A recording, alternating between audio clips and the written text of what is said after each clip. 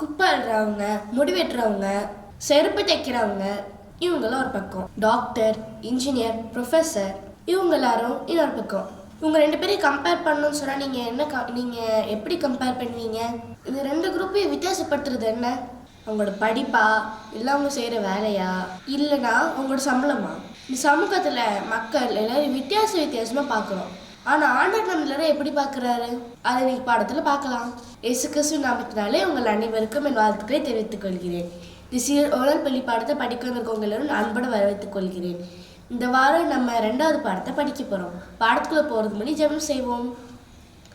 அன்புள்ள பரம்பிதாவே, இந்த வார பாடம் படிக்கும்போது கொடுங்க.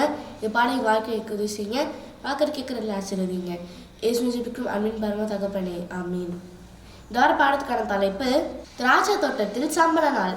துவார மனப்பாட வசனம் அப்போஸ்தலர் 10:34 எடுக்கப்பட்டிருக்கு. தேவன் பட்சபாதம் உள்ளவர் அல்ல. துவார பாடத்துல நம்ம என்ன தெரிஞ்சுக்கிறோம்னா, ஆண்டவர் நம்மளை நடத்துற மாதிரி நம்மளும் மற்றவங்க நடத்தணும்னு அவர் விரும்புறாரு. ஏசு இந்த உலகத்துல வாழ்ந்த காலத்துல பன்வழியில காலை 6 மணிக்கு நிறைய பேர் அங்க கூடியிருப்பாங்க. கூடியிருக்கிற மக்களுக்கு யாராவது ஒருத்தர் வெளில இருந்து வந்து அவங்கள வேலைக்கு கூட்டிட்டு போவாங்க. இவங்க எல்லாருமே ஒரு நாள் கூலிக்காக வேலை செய்யறவங்க. இப்படி கூடியிருந்த ஒரு கூட்டத்துல கொஞ்சம் பேர் வேலைக்கு கூப்பிடுறதுக்கு ஒருத்தர் வந்தாரு. அவரோட திராட்சை தோட்டத்துல வேலை செய்யறதுக்காக ஆட்களை கூப்பிடுறதுக்கு ஒரு எஜமான் வந்தாரு. அங்க காலையில் 6 மணி இருந்தவங்க கிட்ட, நீங்க திராட்சை தோட்டத்துல வேலை செய்யறதுக்கு வரீங்களான்னு கேட்டாரு. நான் இன்னைக்கு ஒரு நாள் கூலின்னு தரேன்னு சொன்னாரு. அங்க இருந்தவங்க சந்தோஷமா ஓ தாராளமே அப்படின்னு சொல்லிட்டு அவங்க போனாங்க. நேரம் போயிட்டே இருந்துச்சு. காலையில் 9 மணி ஆயிடுச்சு. மறுபடியும் எஜமான அந்த சந்தவெளிக்கு போய் யாராவது இருக்காங்களான்னு தேட போனாங்க. அங்க போனப்பவும் மறுபடியும் கொஞ்சம் ஆட்கள் இருந்தாங்க. என்னோட திராட்சை தோட்டத்துல வேலை செய்ய வரீங்களா, உங்களுக்கு தகுந்த கூலி தரேன் அப்படின்னு சொன்னாரு. ஓ தாராளமா வரோமே அப்படின்னு சொல்லிட்டு போனாங்க. மறுபடியும் நேரம் போச்சு. மத்தியானம் 3 மணி இருக்கும். மறுபடியும் சந்தோலிக்கு போய் அவங்க யாராவது இருக்காங்களான்னு பார்க்க போனாரு. அங்க இருக்கிற கொஞ்சம் ஆட்கள் கிட்ட மறுபடியும் என்னோட திராட்சை தோட்டத்துல வேலை செய்ய வரீங்களான்னு கேட்டாரு. இதே ஒரு மறுபடியும் 5 மணிக்கு செஞ்சாரு.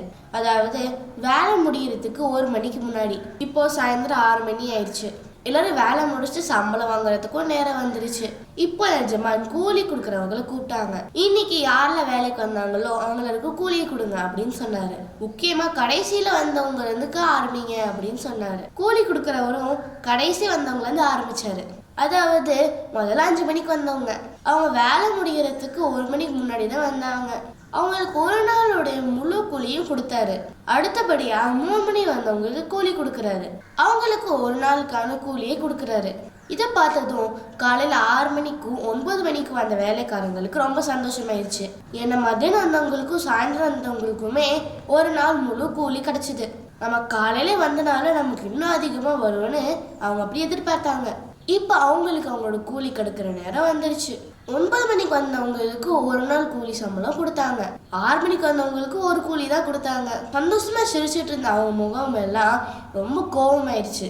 நில்லுங்க ஒரு நிமிஷம் அப்படின்னு அந்த வேலை செய்யறவங்க கோபமா சொன்னாங்க. சாயந்தரம் 1 மணி நேரம் வேலை முடிக்கிறதுக்கு முன்னாடி வந்தவங்களுக்கு காலையில 6 மணிக்கு வந்த எங்களுக்கு ஒரே கூலியை கொடுக்குறீங்களே, அவங்க ரொம்ப கொஞ்சம் வேலை தானே செஞ்சாங்க, நாங்க ஒரு நாள் முழுசும் வேலை செஞ்சிருக்கோம், நீங்க செய்யறது நியாயமா இருக்குதா அப்படின்னு கேட்டாங்க. உடனே இந்த திராட்சை தோட்டத்தோட எஜமான் சொன்னாரு, நான் யாருக்கும் அநியாயம் செய்யல, நீங்க இன்னைக்கு காலையில எல்லாரும் ஒரு நாள் கூலிக்கு வேலை செய்யணும்னு ஒத்துக்கிட்டீங்க. ஏன் பணத்தை வச்சு என்ன செய்யலான்னு நான் என்னால முடிவு பண்ண முடியும். நான் தாராள மனசோட இருக்குன்னு நினைச்சு நீங்க அதற்காக பொறாமப்படக்கூடாது. பிந்தினவன் முந்தினவனாயும் முந்தினவன் பிந்தினவனாயும் இருப்பான் அப்படின்னு சொன்னாரு. அப்படின்னா என்னது? முதல்ல இருந்தவங்க கடைசியா இருப்பாங்களாம், கடைசியில் இருக்கிறவங்க முதலால இருப்பாங்கன்னு சொன்னாரு. இது சரிதானா? அவர் செஞ்சது நியாயமா? நீங்களே யோசித்து பாருங்களேன். இதுதான் ஆண்டவர் உண்மைன்னு சொல்றாரு. ஆண்டவர் நம்ம எல்லாரையும் ஒரே மாதிரி தான் நடத்துறாரு. கடைசி நிமிஷத்துல அவங்க ஆண்டவரை ஏத்துக்கிட்டாலும் சரி, ஆரம்பத்திலே ஒரு ஆண்டவர்னு ஏத்துக்கிட்டாலும் சரி, யாரா இருந்தாலும் ஆண்டவர் எல்லாரும் ஒரே மாதிரி நேசிக்கிறாரு. அவரோட கிருபை எல்லாரும் மாதிரியும் ஒரே மாதிரி தான் இருக்கு. நீங்க இந்த உலகத்துல பாக்குற ஒவ்வொருத்தரையும் ஒரே மாதிரி நடத்துறீங்களா? நான் ஒரே மாதிரி நடத்துறேன்னா உண்மையிலேயே இது யோசிக்க வேண்டிய விஷயம் தான். ஏன்னா ஆண்டவர் சொல்றாரு, அவரு நம்மள எப்படி நடத்துறாரோ நம்ம மத்தவங்க நடத்தணும்னு ஆசைப்படுறாரு. உங்களை ஏதாவது தப்பா இல்லை சரியில்லாம உங்ககிட்ட நடந்துக்கிட்டாங்கன்னா நீங்க எப்படி அதுக்கு பதிலாக நடந்துப்பீங்க?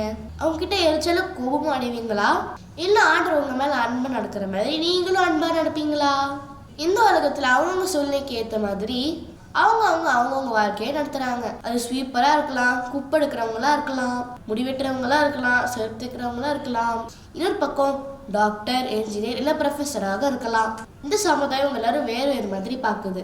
ஒரு பக்கம் அவங்க படிக்காதவங்க, அறிவில்லாதவங்க, இன்னொன்று கஷ்டமான சூழ்நிலை வாழ்றாங்க அப்படின்னு ஒரு பக்கமும் நல்லா படித்தவங்க, நல்ல அந்தஸ்து உள்ளவங்க, நல்ல வேலையில் இருக்கிறவங்க, நல்ல சம்பளத்தில் இருக்கிறவங்களும் நல்லா இருக்காங்கன்னு ரெண்டு உலகமா பிரிச்சுக்கிறாங்க. ஆனா ஆண்டவர் எல்லாரையும் ஒரே மாதிரி தான் நேசிக்கிறாரு. எல்லாரும் ஒரே மாதிரி தான். இந்த உலகத்துல பிறந்த ஒருத்தருக்கும் அது யாரா இருந்தாலும் சரி, எப்படி இருந்தாலும் சரி, மரணம்னு ஒண்ணு இருக்குது, அதே மாதிரி நித்திய ஜீவனும் ஒண்ணு இருக்குது. இது ரெண்டையும் யாரா இருந்தாலும் நம்ம சந்திக்க வேண்டியதுதான். தாழ்ந்தவங்க, உயர்ந்துள்ளவங்க அப்படின்னதோ, படிச்சவங்க, படிக்காதவங்களும், வேலை இருக்கிறவங்க, வேலை இல்லாதவங்களும் எந்த பட்சபாதமும் இல்லை. இது நம்மள நல்லா ஞாபகம் வச்சுக்கணும். அப்ப இந்த உலகத்துல நம்ம பார்க்குற ஒவ்வொருத்தரையும் ஒரே மாதிரி, அதாவது ஆண்டவர் மாதிரி சமமா எந்த பட்சபாதமும் இல்லாம நடத்த முடியும். ஏனாலதான் ஆண்டவர் ஆசைப்படுறாரு. நீங்க அவர் ஆசைப்படுற மாதிரி செய்வீங்களா? அவர் எப்படி உங்களை நேசிக்கிறாரோ அதே மாதிரி நீங்க மற்றவங்களை நேசிப்பீங்களா? இந்த பாடத்தை கூட சேர்ந்து படிச்சதுக்காக நன்றி. பாடத்தை முடிக்கிறதுக்கு ஜெபம் செய்வோம். அன்புள்ள பரம்பிதாவே, இந்த வாரப்பாடு படிப்போம் என் கூட எனக்காக நன்றி. நாங்கள் மற்றவங்களை நீங்கள் எங்களை எப்படி நேசிக்கிறீங்களோ அதே போல் நாங்கள் மற்றவங்களை நேசிக்க உதவி செய்யுங்க. பச்சைப்பாது இல்லாமல் நாங்கள் எல்லாரும் ஒரே மாதிரி பார்க்குறதுக்கு உதவி செய்யுங்க. என் கூட இருங்க, ஆசீர்வதிங்க. பார்க்குறவங்க கேட்குறவங்களை ஆசீர்வதிங்க. ஏசுவிலே ஜெபிக்கிறோம், அன்பு பரம தகப்பனே, ஆமேன்.